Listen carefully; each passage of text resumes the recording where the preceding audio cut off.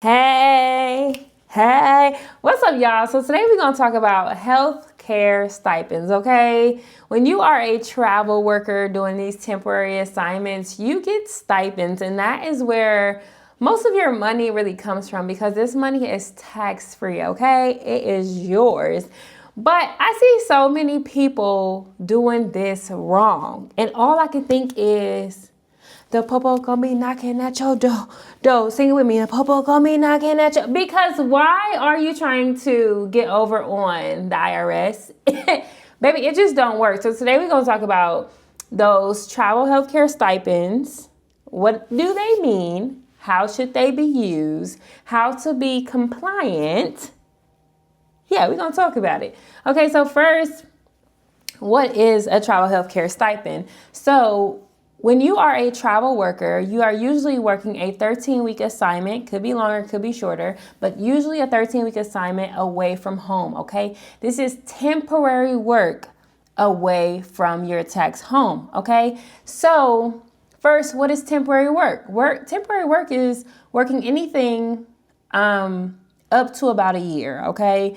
Once you get to that year mark, it's no longer temporary, baby. You live there, okay? And the IRS will tax your income because you live there. So it's less than 12 months of work in a place that is away from your tax home. What does that mean, away from your tax home? That means that you are unable to commute to your home daily and even weekly. So they give you extra money, extra incentive, and they do not tax it as an advantage to you because you are living in two places, okay? You have a tax home where you're living and paying bills, and then you have this temporary home where you are living and paying bills, okay? Okay, so that's like your housing stipend. You also get a meal stipend, but this meal stipend is also under the expectation that you have to get food in a different place away from home, okay? So that is what it is. So that is what the housing and the meal stipend is, and that is usually how we make the bulk of our money. When I was just looking at an assignment in San Diego, California, $1,995 a week of my paycheck would have been housing and meal stipend alone. Okay, anything over that $1,995 was going to be my hourly pay or my relocation, things like that. So that is that. And then how are they taxed was the next thing I wanted to go over. So if you are not duplicating your living expenses, you're not living away from home, then those stipends should be taxed as traditional income would be taxed, okay? So, depending on how much it is would depend on if it's in 10, 12, 15, 22% tax bracket, things like that. So you do want to keep a record of some of your expenses while you're away. And that those records is just in case you're audited, things like that. So for instance, you're going to have a copy of your housing. So if you stay with Airbnb, you're going to have a copy of that. You're going to have records of you, paying out of your bank account for housing. You're not going to pay cash, okay? You're not going to pay cash. Or if you're paying cash, you need to be getting a receipt, an official receipt from, how you're paying cash. For instance, if you're paying cash to a hotel, you're still going to get a receipt for your accommodations. And you want to hold on to that for up to 7 years, just in case the IRS ever audits you. You want to be able to prove that you were eligible to receive that tax-free money. So that is your job to keep up with that. But if you're working with the tax agency and you upload that stuff annually, usually that stuff is in their database, but also keep the records for yourself, okay? So that is that. Next, we're going to talk about how to access what your stipend amount is going to be. So there's a website called gsa.gov, okay? gsa.gov. This website allows you to do your own research on what your per diems would be in a specific place. So I was looking at a contract in San Diego, California. I went to gsa.gov. I put in my state of California, and then I was able to search through the cities. So on page 2 of those states, it gave me San Diego, and it said the per diem housing rate for San Diego was $199 a day for housing. And then it also said that the meals and incidentals stipend was, I feel like it was like $98 a day. But yeah, so those two combined is how much I would get per day for a week. So if you work 3 12-hour shifts, then they're going to divide that $1,995 by 3 shifts. And you get, if you do 3 shifts in a week, you get all of it. If you do 2 shifts in a week, then they prorate it and they'll give you just the 2 days worth or whatever. So whatever that number is per day, multiply that by 7, okay? And then that's the amount of tax-free stipend you're going to get per week, but it is going to be based on how many shifts you do, okay? You're going to get the full money, but if you work 5 days a week, they're going to give it to you divided by that 5 days a week. If you work 3 days a week, they'll divide it by that 3 days a week, okay?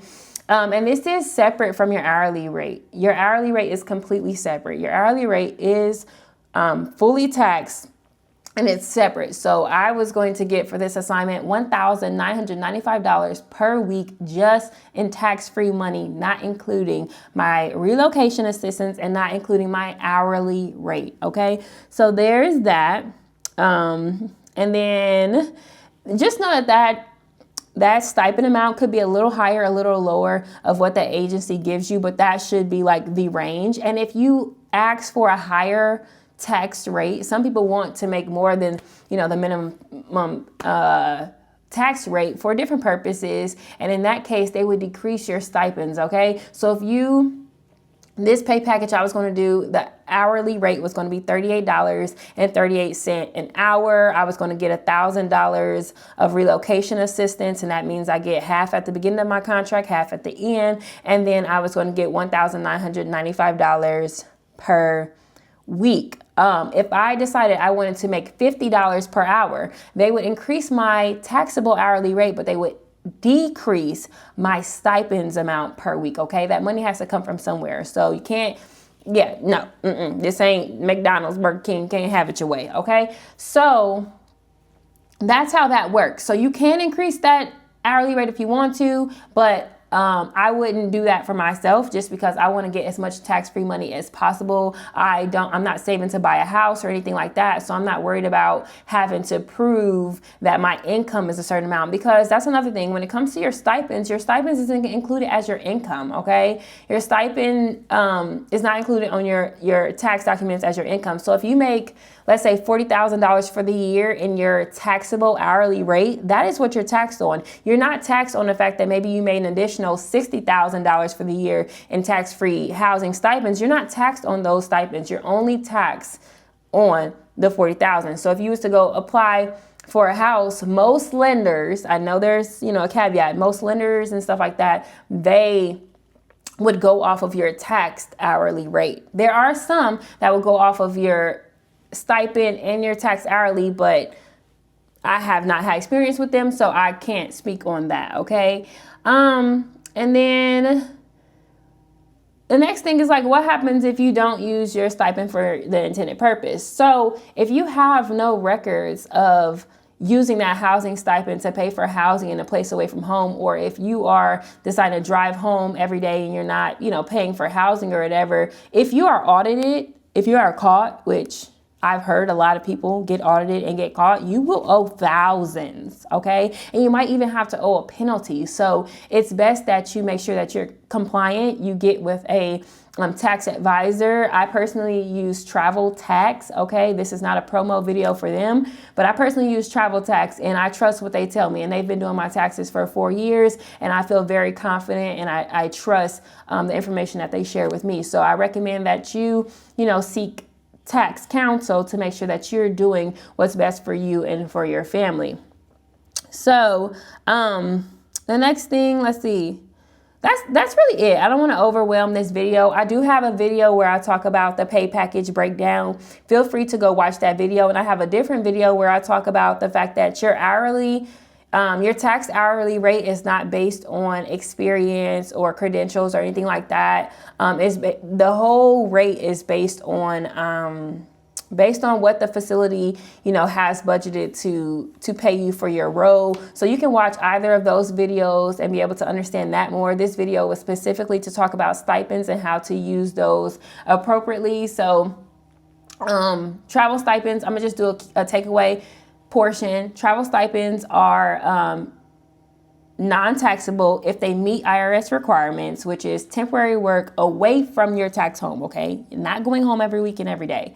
The GSA.gov is the website that you can go on to be able to find out how much of a tax-free stipend am I going to get if I'm in San Diego versus LA versus, blah, blah, blah. And the agencies may have a slight variation in the numbers that you see in GSA.gov, but they should be using those numbers. And make sure that you keep records of your housing expenses, things like that. And stipends are separate from your hourly pay, and it significantly benefits travel healthcare workers, okay? Most of us are in it so that we can get that tax-free money. So if you have any other questions, drop them in the comments. Thank you so much. Path to Passing, we gonna sign out, okay?